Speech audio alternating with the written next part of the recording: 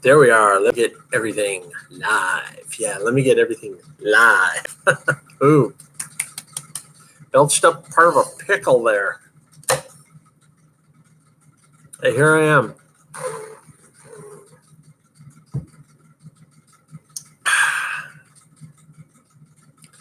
Here we are, July 27th.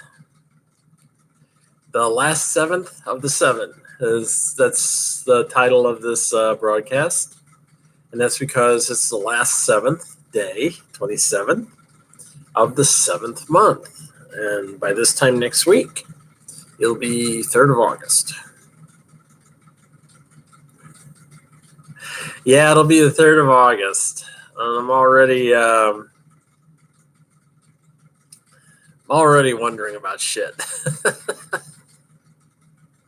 So, week that was. How am I? How am I doing? Well, nothing good on the job front. I haven't heard back from any of the headhunters who were going to contact me. Big surprise, right? And I'm back in that I'm worried mode right now. I checked my finances yesterday, such as they are. I have a little over $600 in the bank at the moment. So, if I don't cover a couple of bills at the end of the month, which I'm not going to, I'll have enough for rent. So I will be able to pay my rent for August. That's the good news. The bad news is, depending on how much money I spend between now and the end of the month, will determine whether I end up with like $500. It's actually closer to like $450 for expenses for the month of August, or whether I'll have like $300, $350. The living expenses, it's really got me worried. And now, the way I'm looking at it, August is going to be so tight for me. And on top of which, I don't see anything happening in September. It's like there's no income coming in. So September has me a bit worried. Yeah. So I've really kind of intensified the job search, sent out a couple of other things, hoping I'll get something within the next 30 days. Because I really do need, I have to. I have relied on friends to help me out so far, and I'm actually making an appeal. If you can send a couple of bucks my way, to help me offset my August expenses, I would appreciate it.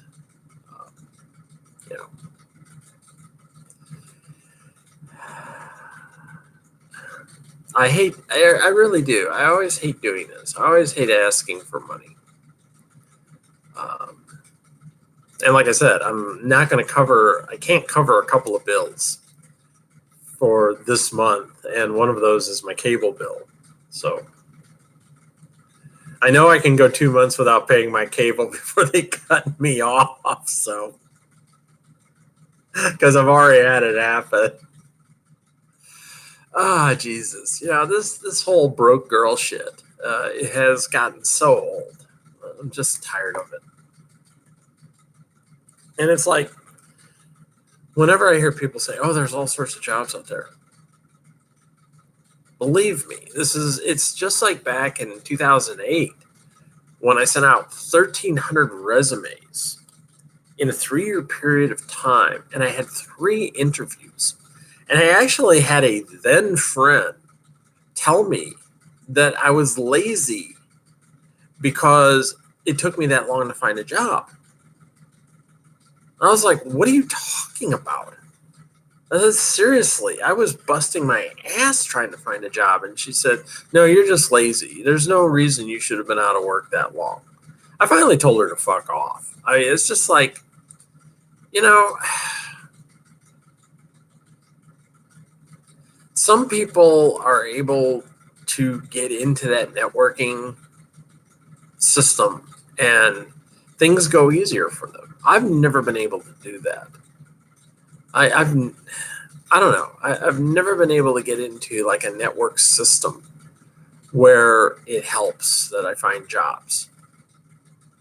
One of the things that came up when I interviewed with these headhunters the other day is that I don't really keep track of anybody when I leave a job. So I don't have references. I gave them the names of a couple of people, and they said they would look into it. But again, they're concentrating on trying to get me a job as a programmer, and I keep telling them I need a job in something. Pass my name to someone else, and they're like, "Oh, we don't do BAs, and we don't do." This is like, you're not helping me. You're not getting it.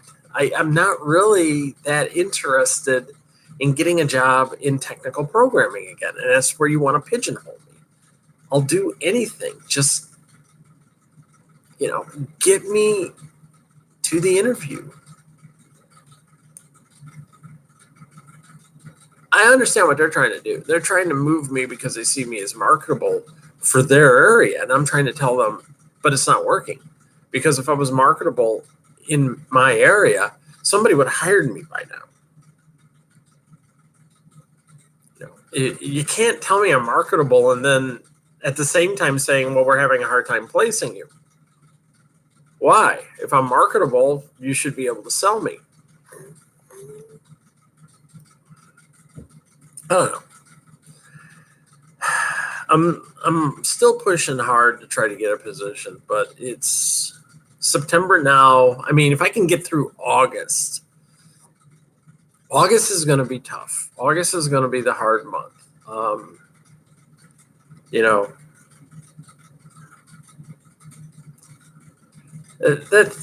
Eating and buying gas is always, it just tends to cut into your ability to live. And I mean, it's not like I go out and I'm eating out all the time and I'm doing stuff. I mean, the only occupations I have in my life right now is I work out, I go to Derby, and I sit and watch TV. And I work on a computer every once in a while. And really, that's all I do anymore because I can't afford to go out.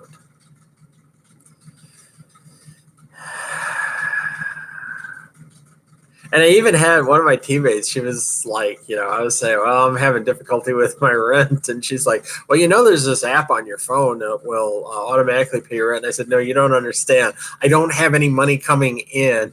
That's why it's difficult for me to pay my rent. And she's like, oh, I didn't know that. I said, yeah, I haven't worked in a year and a half. I have no money coming in. I said, I can cover rent for one more month. And after that, I'm pretty much fucked. I said, I'll be probably living in my car at the end of September. So at least it'll be getting cooler. Oh my God. I don't know. Why am I going through all this shit? What did I do to piss somebody off? Why am I going through this? So yeah, if you can help out a broke ass girl, I would appreciate it. I did get my paperwork from Social Security for my disability. I still haven't heard anything on the original filing. But I did get my paperwork for my disability, but they even said that could take 4 months for it to come through. So I might not see that till the end of the year. Kind of looking at it from the point of view, if I can somehow make it to the end of this year, then if I get this disability, mental health disability, and what I'm getting from my pension, and if I can get my other Social Security thing going, I'll be financially okay every month. It's just I got to get to the end of the year. Really, it's a struggle. And I seem to recall, looking back, I was in the same position last year, and from like August to the end of the year was just a constant struggle for me. I can remember that. It was just like every time I turned around, it was like I was late on bills. And now I have people technically coming after me legally to collect money.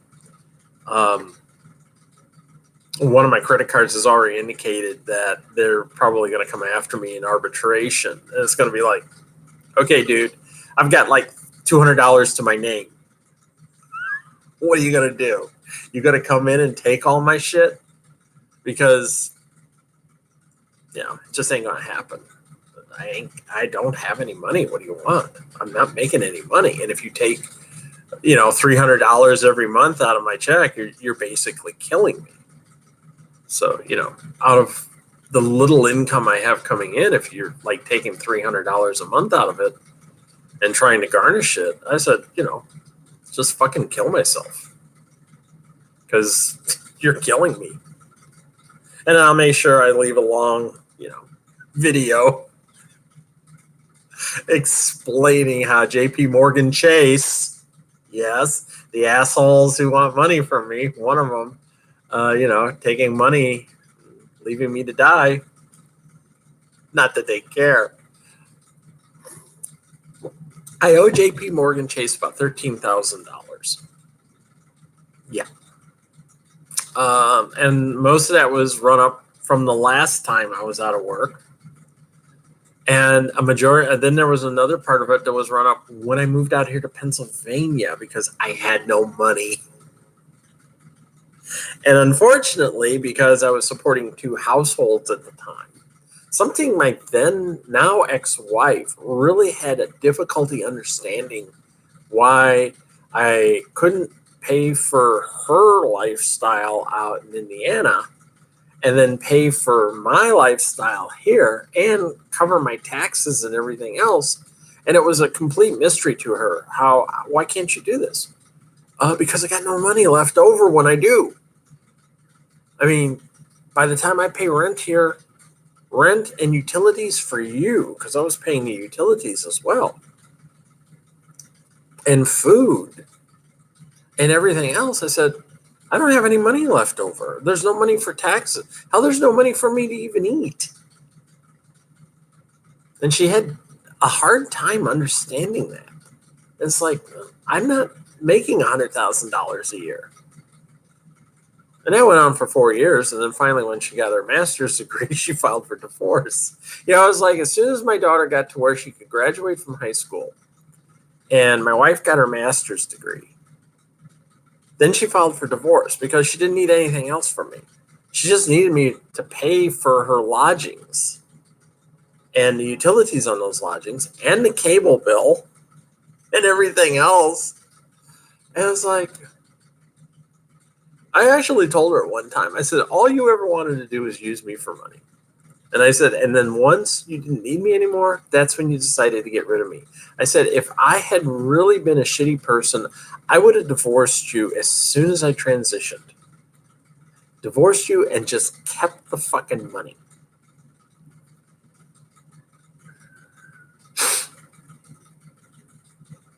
Yeah, I was just too nice a person. And I ended up getting screwed over it. Yeah, story of my life. You're a nice person, Cass, and we're going to screw you. Ah, Jesus. I didn't get a chance to do much editing this week. I really wanted to get back into editing because I was on like a real good rewriting kick last week. And a lot of things just got in the way. And a lot of those things have to start with a D or an R, depending on how you look at it. But yeah, oh Christ. And I was actually out, I checked my Wattpad story, my Mermaid story out on Wattpad, which once again I'm checking right now. And you know, it's funny because I don't have a lot of followers and stuff like that. But my mermaid story has gotten 209 reads. So that's pretty good so far. I need to put something else out there. I don't know what I'm going to put. I actually want to write something original. That's probably going to be X-rated, and I can't put it out on Wattpad. I don't know. I'll think of something. I will. I'll think of something. I really would like to write something else and put it out on Wattpad and see what happens. I know you're going to say, why don't you just sell the goddamn thing and make some money?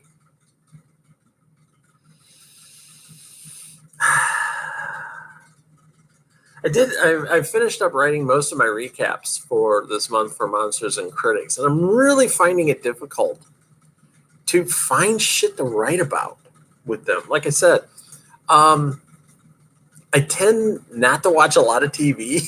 I mean, I do watch a lot of television, but when I look at what most of the people are writing about, it's a lot of reality television. And I don't watch reality television at all. I mean, seriously, it's just like, it's not reality television. It's scripted as fuck. And everyone knows this. And the reason reality TV became such a big thing is because it allowed networks to get around the writer's strike that happened, 10 years ago, when the TV writers went out on strike. Well, there was like a workaround that if it was an entertainment, if it was like,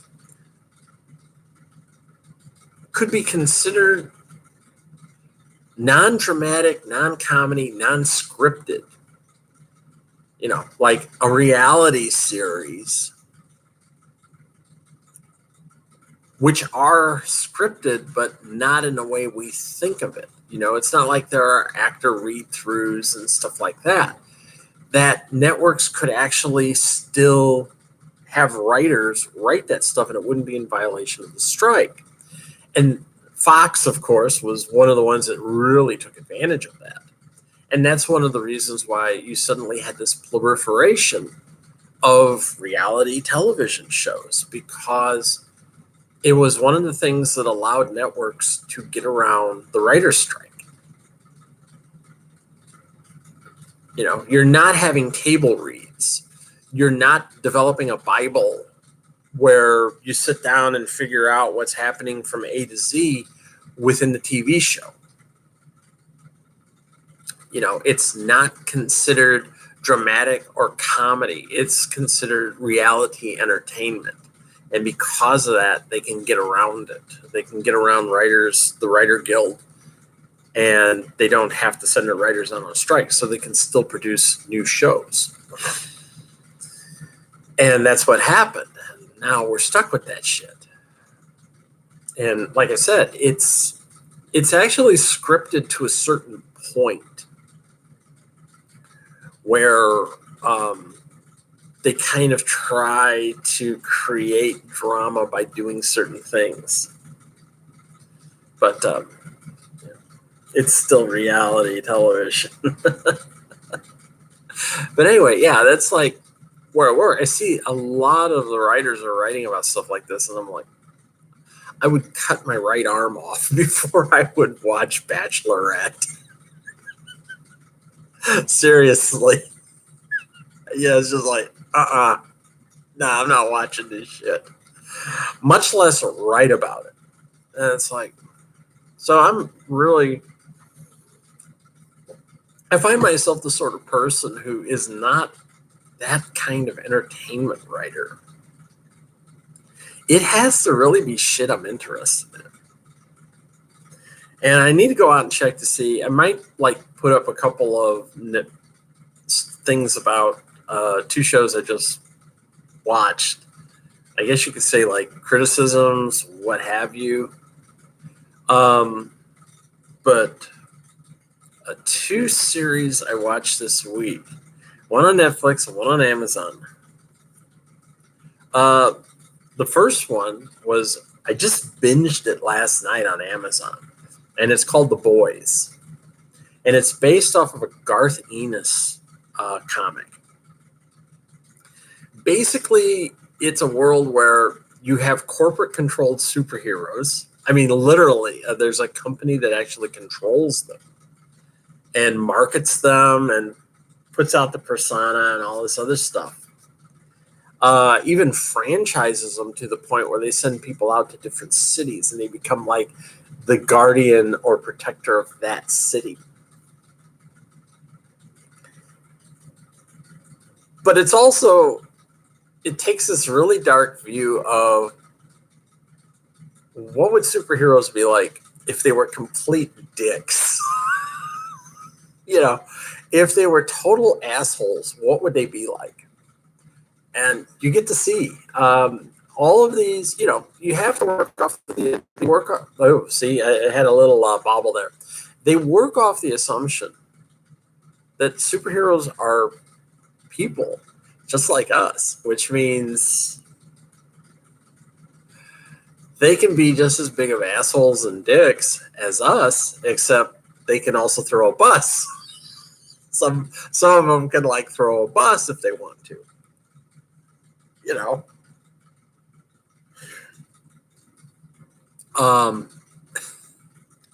That kind of shit. And there are some people there who got some really twisted ideas and twisted issues, and it's not for the faint of heart. There's a lot of swearing. It's bloody as hell in some places. There is an implied rape in one of the episodes. And it comes directly from the comic. And people even said, if you know the comic, you know what's going to happen in that scene. And I guess the scene in the comic, which I have not seen, is more graphic. They don't really show anything on TV. It's all implied. But you know what ended up happening. And in the comic, it's like pretty graphic as hell.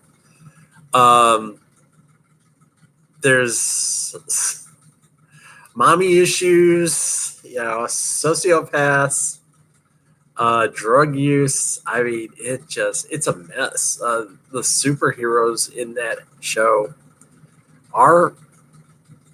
they're flawed. They're flawed as hell. And unfortunately, they're flawed as hell, and they can fuck you up. And they do. But it's a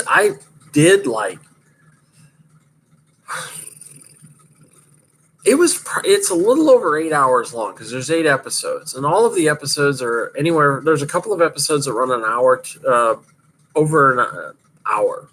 I think there's actually 3 episodes that run over an hour, and then the others are like 54 minutes or so. So it's 8 hours, you know. When you figure it all out, it comes down to 8 hours. And it's really good. I mean, I highly recommend it. But don't go into it, you know, thinking it's not going to be brutal, because it is. It is pretty brutal. There's some brutal shit in it. I mean, it really would kind of be like, one of the things you never saw in the Avengers was Tony Stark's raging alcoholism. And in the comics, Tony Stark was really kind of a dick. He was the flawed superhero. He had ego issues. He had daddy issues. He was an alcoholic.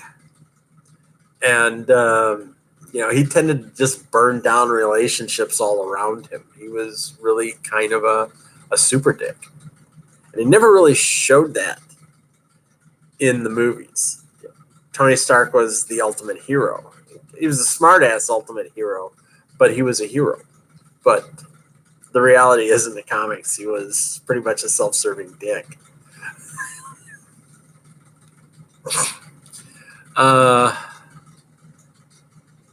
Yeah, I highly recommend it. If you want a real slice of good dramatic superhero television, watch that.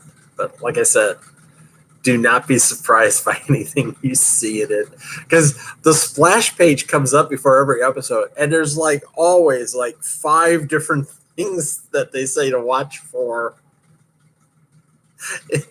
in the episode. It's like, holy Christ. And even in the one episode where there's the implied rape, they even have at the bottom, there's rape. They even tell you, they warn you ahead of time. This is what you're going to see. Although you don't really see it, but you know it happened. And the other series I was binging, which is on Netflix, is Another Life, which is a science fiction series about an alien artifact that lands on Earth, and they send a spaceship off to go to the planet that they know, they're pretty sure it originated from. Oh man, it is a hot fucking mess. It is a hot mess of every bad science fiction cliche you could pull out. Seriously. And the only reason I'm watching it is Katie Stackhoff, who was Starbuck from Battlestar Galactica, is the lead in this. And I love her. She really is the one redeeming factor in this whole shit parade. She is really good, and I love watching her. But, oh my God, there's just so much stupid and goofy shit and bad cliches and all this other stuff going on in every freaking episode. It's like, oh, Jesus, why am I watching this? And I'm already halfway through. So it's sort of like, well, now that I'm halfway through, I need to finish it. And a lot of like bad science and goofy stuff. No.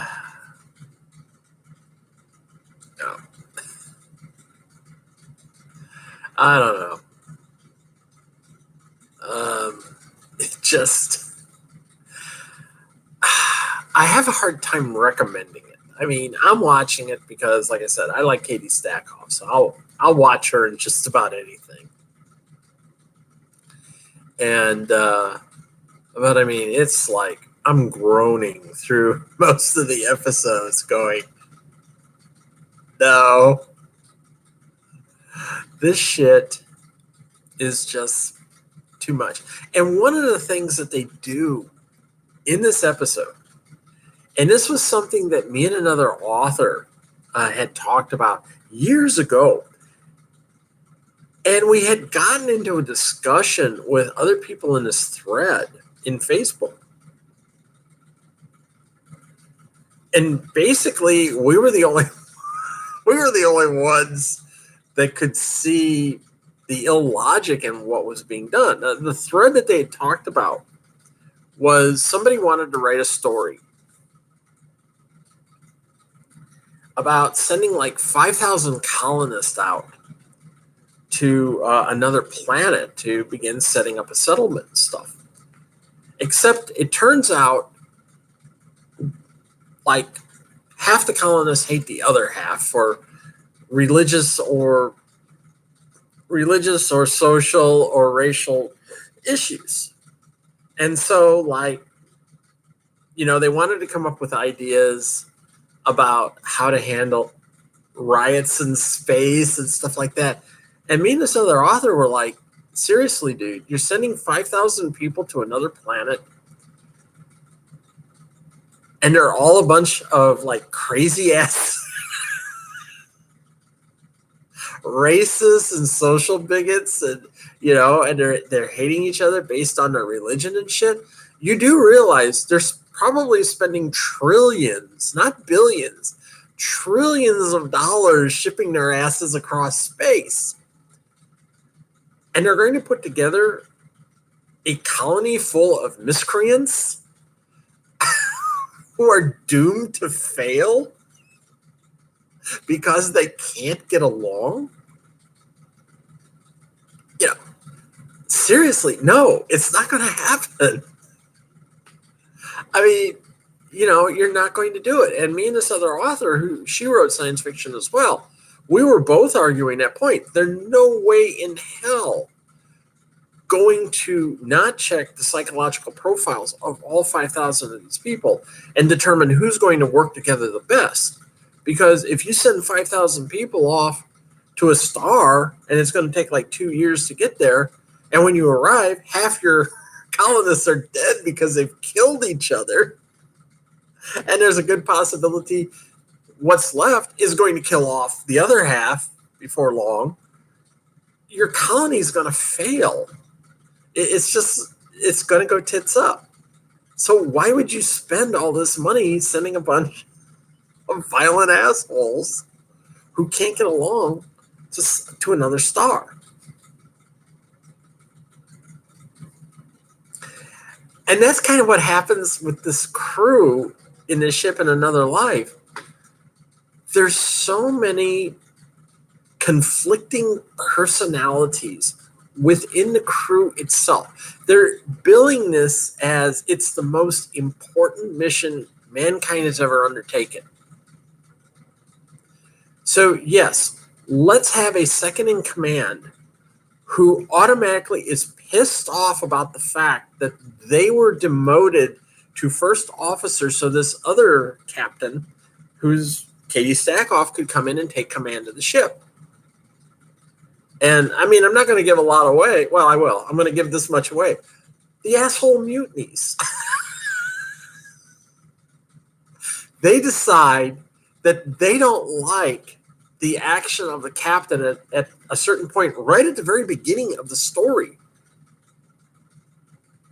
So they get a couple of other crew members to back them, and they mutiny. And of course, what happens is the thing that the first officer who mutinied to now become captain again, what happens? He does what he told the first captain what he wanted to do. I just said it's a he. Testosterone. And she had said, don't do this. You're going to fuck the ship up. They go ahead and do it. Guess what happens? They fuck the ship up. And they basically got to get her out of confinement so she can save the ship. But it's like fucked totally at that point. So, the next few episodes, they're having to repair it and all this other shit. But it's like, right there, psychologically, they would know this guy's psychological profile. They had to know, based on this dude's profile, that he was going to be pissy about being demoted. Realistically, anybody with half a brain would have just said, you're not going on this mission. We're removing you from command of the ship. End of case. Because we're afraid there's going to be conflicts between you and the new captain. So we're just going to remove you from the ship, and we're going to put another first officer in your place. Case closed.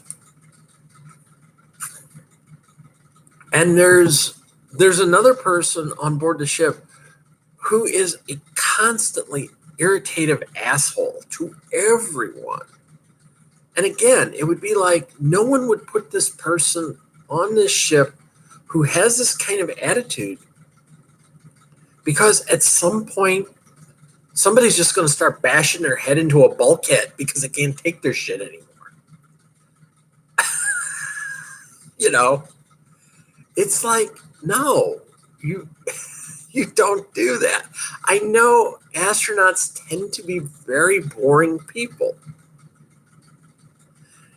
But when you're in isolation and away from support, when you have to rely on everyone else for a long period of time in isolation, you don't want people who are going to lose their shit and start killing. And a case of this just happened. They've talked about this before. If you use the research stations in Antarctica, there was one station, I think it was in Russia, where one guy killed another researcher because the guy who was killed kept coming up and spoiling the endings of the books that this other dude was reading. And the guy who was reading the books finally lost it because I guess this had happened like 3 or 4 times. And on the last one, the guy came up and said, "Oh, here's how the book ends." And he stabbed him to death. He just completely lost his shit and stabbed the dude to death. And then there was recently, and I want to say, I think it was one of the Norwegian station. They had a stabbing because one guy would not stop using the karaoke machine. True story. They had a karaoke machine, and apparently this guy was a horrible singer, but he would not stop using it. It was like he would use it just to be annoying, and finally someone stabbed him over it. It was like, "Stop singing karaoke. You cannot sing. You're driving us crazy with your shit." And he was just like, and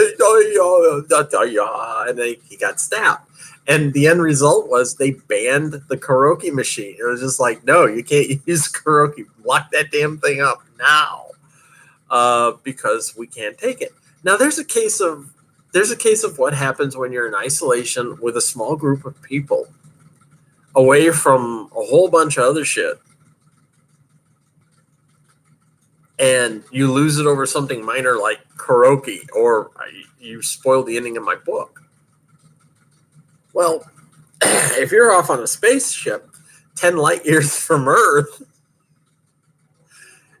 and you have people who have even more irritating personalities than that, you may as well just put a sign on the side of the ship that says "Born to Lose." They're doomed to failure. It's just not going to happen. I know it makes for dramatic television, but the reality is, oh Christ, it would never happen. Just forget it. So, went on a little too long about that, so that's okay. I don't ever often talk about shit like that, but that is some of the stuff that really annoys me. I mean, I'll watch it. It's just like I'm rolling my eyes and gritting my teeth most of the time, going, "Oh my God, no. No. This is bad science fiction." And I got to wait until December to watch The Expanse. Expanse season 4, which looks fantastic. I saw the clip they showed at San Diego Comic-Con, and I can't wait. I also saw the trailer.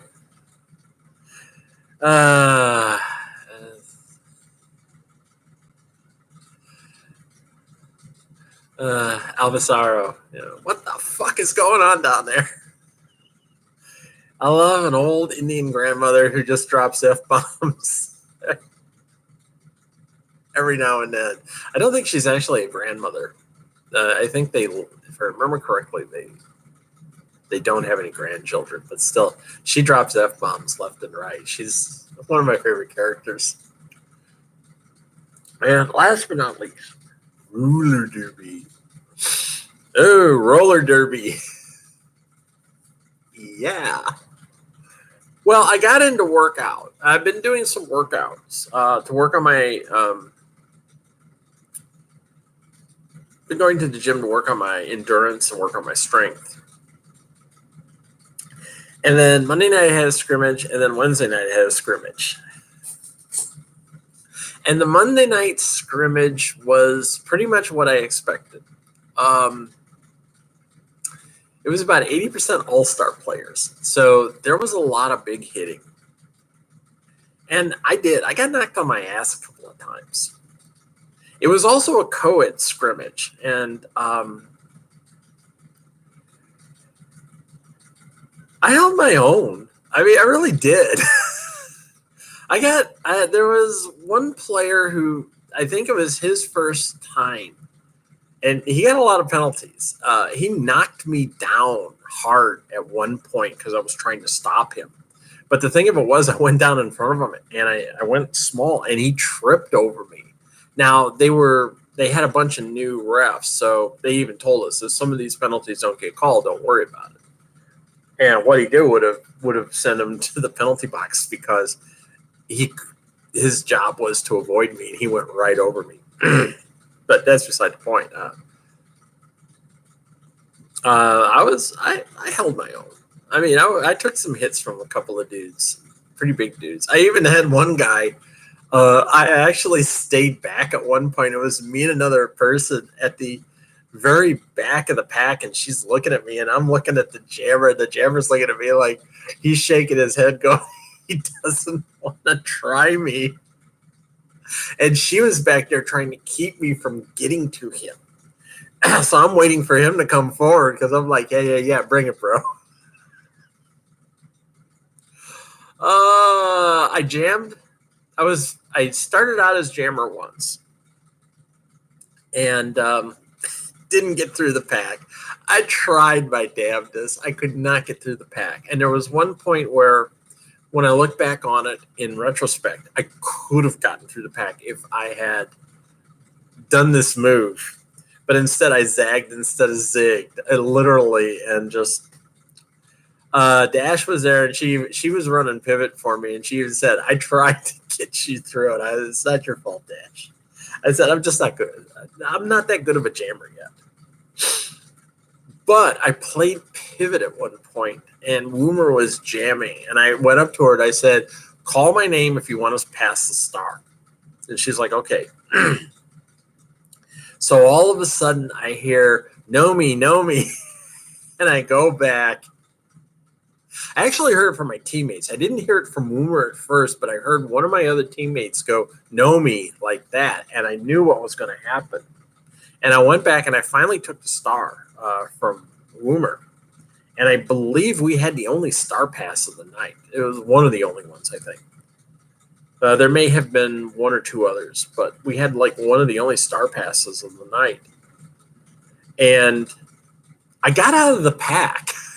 I did get out of the pack that time, and I put it on and came around, and they called the jam before I got up to score points. But I can remember I'm going through, and when I take the star, I always put it in my hand and hold it. I don't put it on my helmet till I'm clear of the pack, because you're just asking to get knocked out if you stop to put it on. And that was a rule they used to have back in the day, like 5 years ago or so. The moment you got the star, you had to put the star on your helmet, which meant you basically had to stop for a few seconds and put it on, which meant everybody was going to surround you and you were going to fight your way out of the pack. It was just really bad. So I could hear a couple of the refs were going, "Where's the star? Was there a pass? Was there a pass?" They couldn't see the star. So they didn't know if there was a pass or not. And I had it in my hand, and part of it was hanging out of my hand.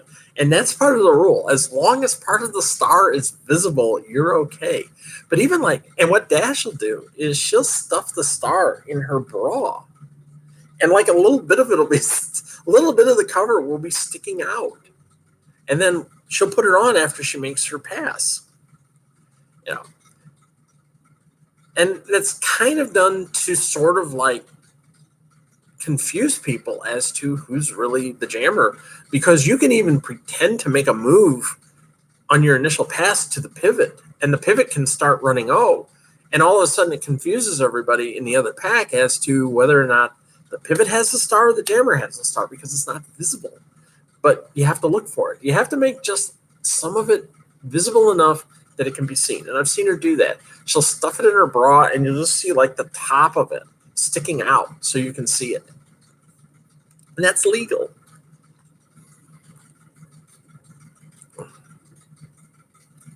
She's even said before, don't wear it on your initial pass. Go through and don't wear it on the initial pass, and then don't put it on once you make your pass, because you have to have it on your helmet to score, But when you're doing your initial pass, you're not scoring, so nobody cares. And more teams are starting to do stuff like that.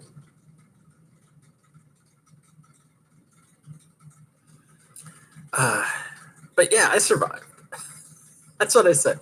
My goal, as I stated, I had fun. I took hits. I gave hits.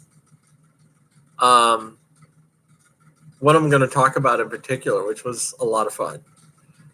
I didn't do anything that embarrassed the league or myself. And I didn't die. Yeah. I knew going into it that it was going to be basically like a lot of all-stars. And as Dash told one of us later, she said, it was basically either people who had like 3 bouts under their belt and people who had been playing for like 7 years. There was very little in between. There were very few players who had like a year or 2 experience. It was either you'd been playing a while or you had just started playing. Pretty much. I knew a couple of the players there who had only been playing for like a year or less than 2 years, actually, I would say. So, yeah, it was all-star caliber, and I did okay. I couldn't complain. I looked at it this way. 2 of my coaches were present at that scrimmage, and they knew I was going to the scrimmage. If at any point they had decided, we don't think you really should be doing the scrimmage, they would have pulled me aside, or they would have PM'd me and said, look, we know the level of play that's going to happen in this scrimmage. Maybe you should like pull out.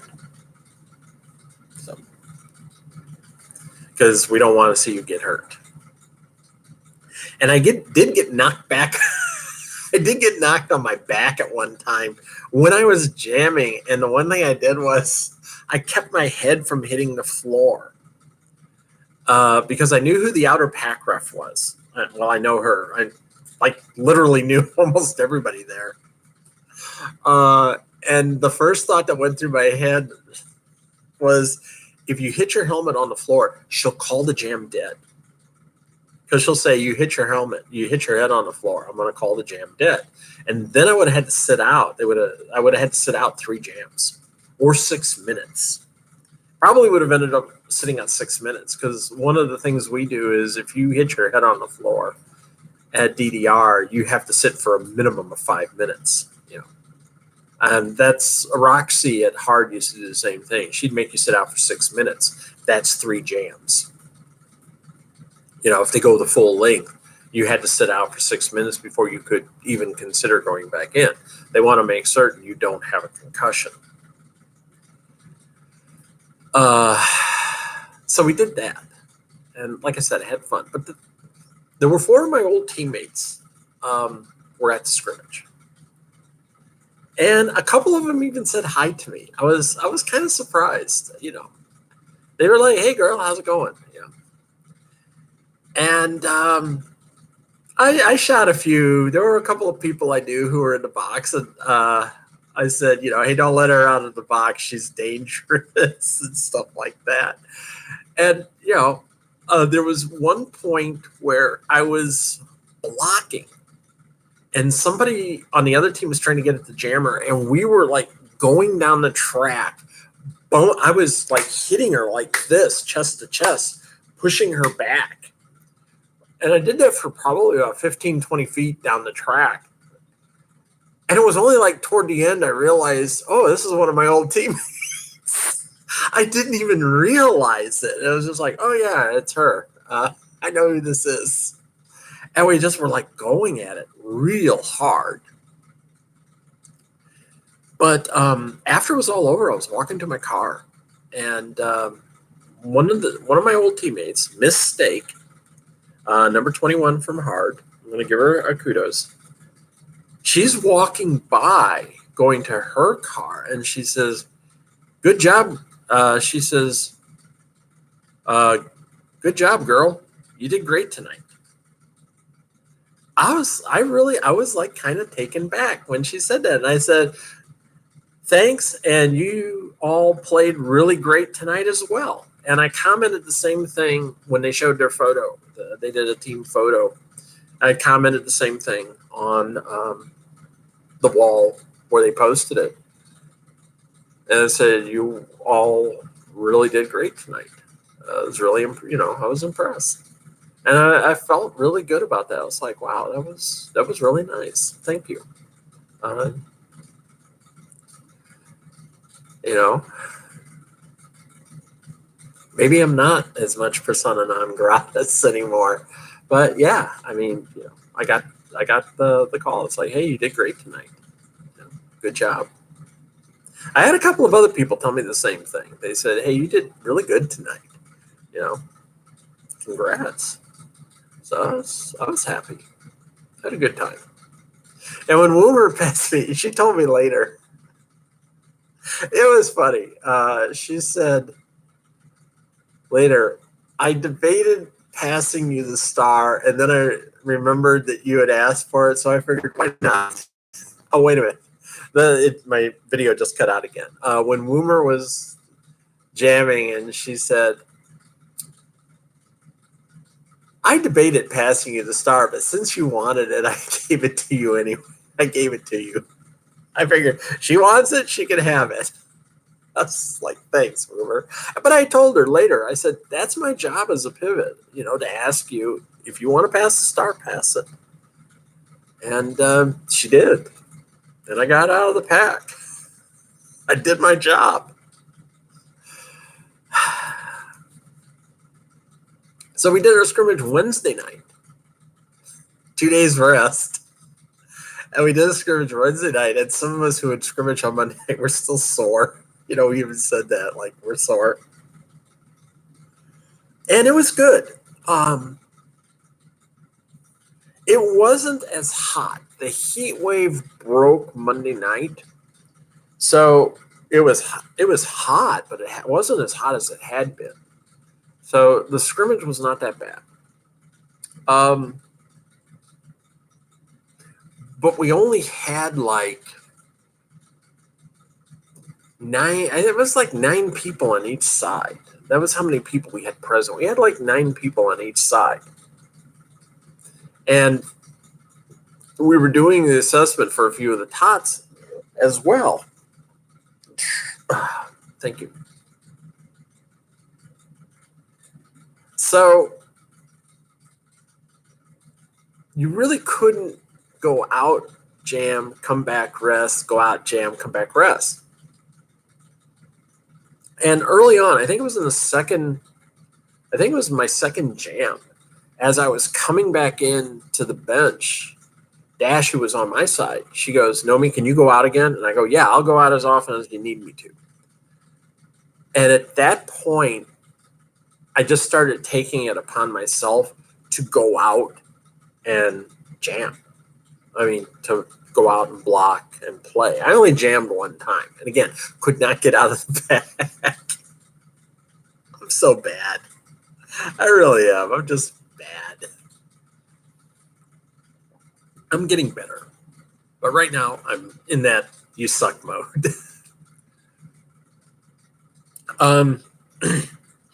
So I got used to going out like 3-4 times in a row and would sit down when I really felt like I needed to rest and then go back out. But yeah, I was like, go out and play 3 times, be in 3 jams, come back, sit down once, go back out, be in 3 or 4 jams, come back, sit down, rest, go back out. Yeah, we started doing that. You just got used to it. And it was like there was Dash, Syntax, Lorraine, Ray, and me. So we had like 5 vets and 3. They weren't tots. 2 were getting assessed. 1 had actually passed her assessment, but she has yet to play in a game. So the other 3 people don't have the experience that we have.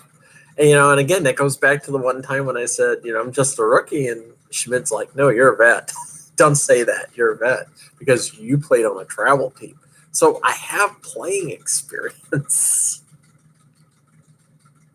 And so, yeah, it was between the five of us to kind of go out as much as possible because we were only going to be able to bring out one or two tots at a time. And, that was it. We would end up going out and doing like 3 or 4 jams. And there would be like one of the tots or one like the one we had one player who has yet to play. She's not a tot, but she's yet to play. And she would be out with us. And that was how we did it. And I did not get as tired as I thought I would get. And I think part of that was due to, been working on my cardio. And that was one of the things when they said, say something you did tonight that was good, say something you need to work on. And the thing I said was good was I went out a lot tonight. And I was out in like 3 or 4 consecutive jams at a time before I'd come back in. I said, I could not have done that 6 months ago. I said, I consider that something good.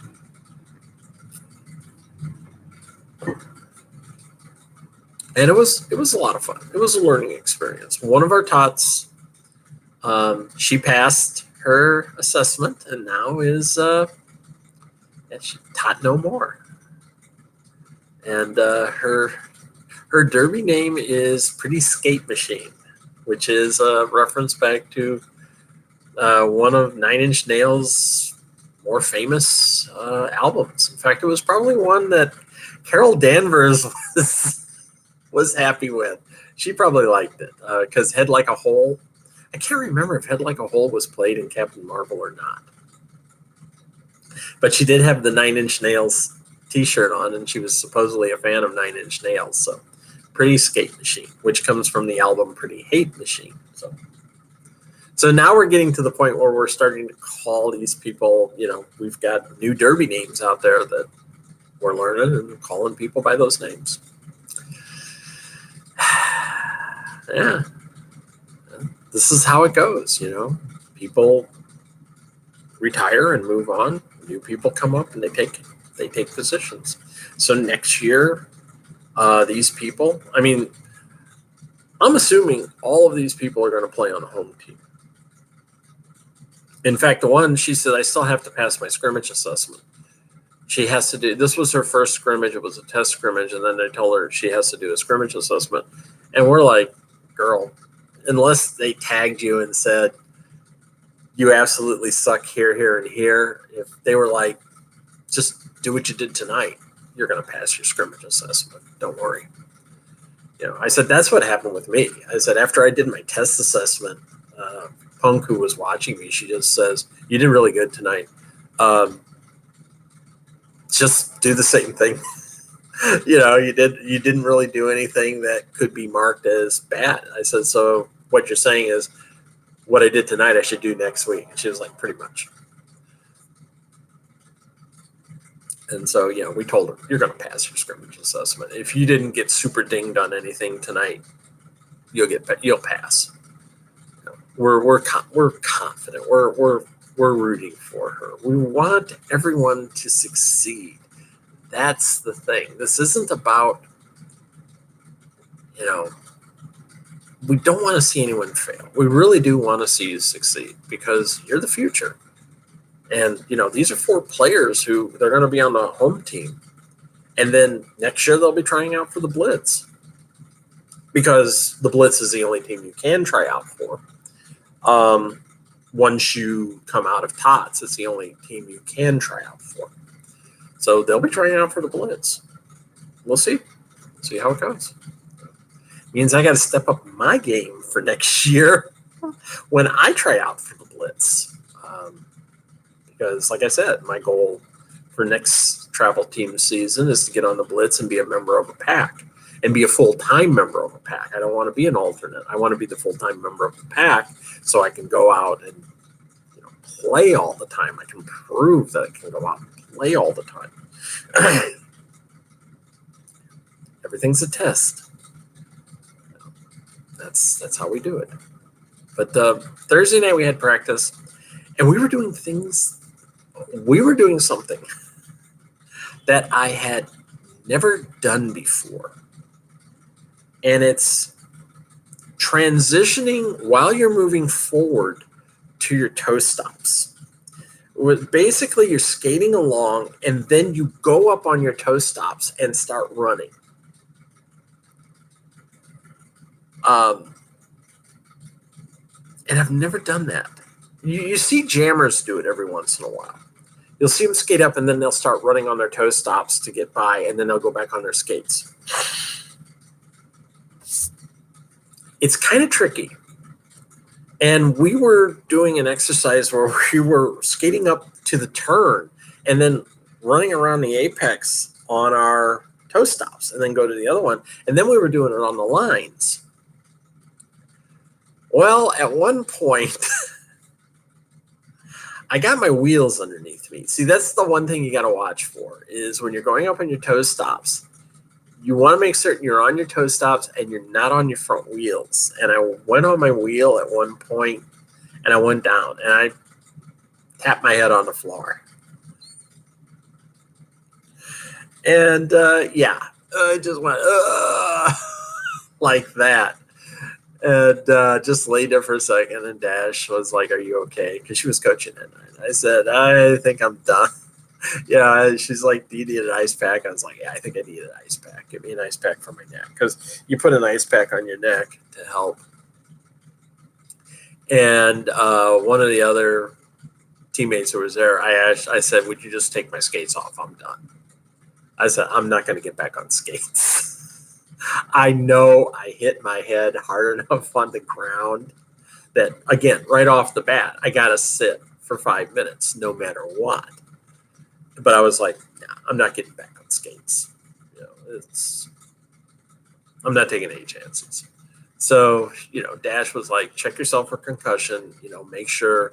And tomorrow, if you have a concussion, notify me, notify the rest of coaching, contact one of the other teammates who's in charge of filling out accident reports, and then go see a doctor. And fortunately, I checked myself yesterday.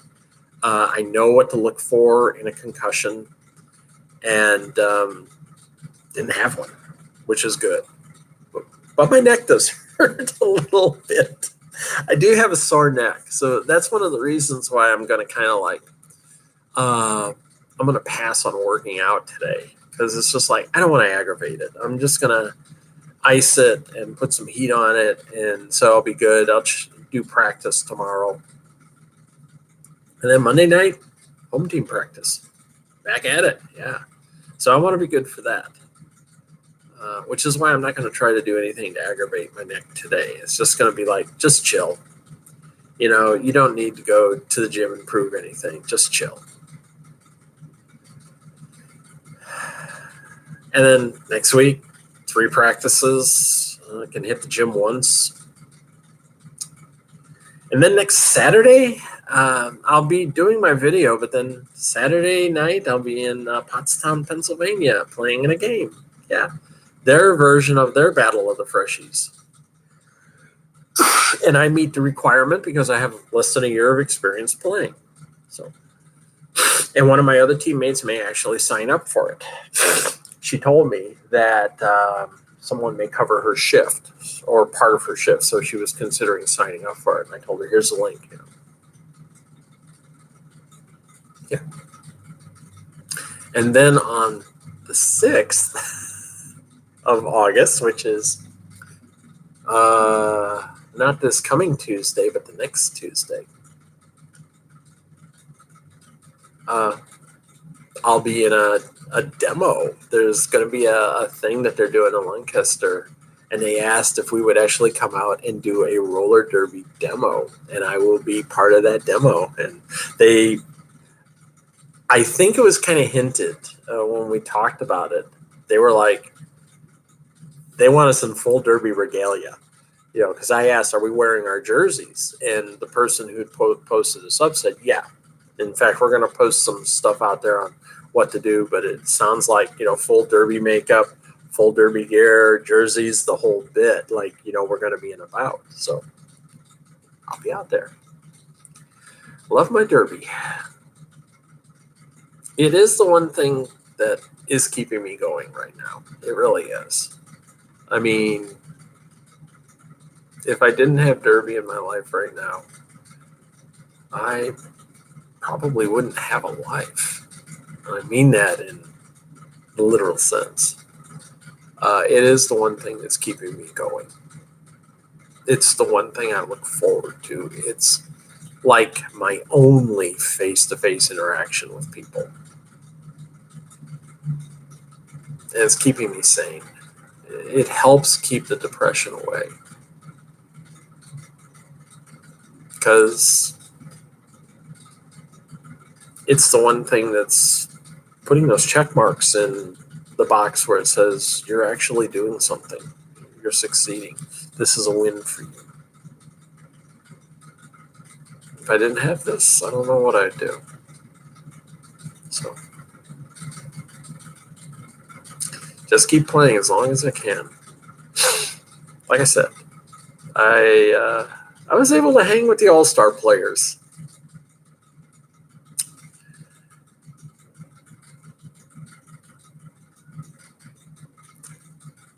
I've always said a couple of times I'm not good enough to play All-Stars.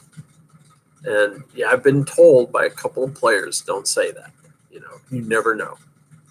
But I hung in there with All-Star players the other night, and did my job. And I didn't embarrass myself. It wasn't like I got out there and took a hit and went right down. Did it first. I mean, most of the time when I went down was right at the beginning, the first few times I went out. After that, once I realized, okay, this is what I got to be ready for. Yeah, I was cool. I was good about it. So, hung in there. I did good. From my point of view, I did good. So, well, I've rambled on quite a lot. So, I will let you go. And I will see you next Saturday, the first Saturday in August. I'll be ready to go play in a game. My third game in 13 days. 2 scrimmages and a game in 13 days. And then 2 weeks after that, I'll be in another game. It'll be a fun game. We'll see how it goes. All right. Take care, everyone. Bye-bye.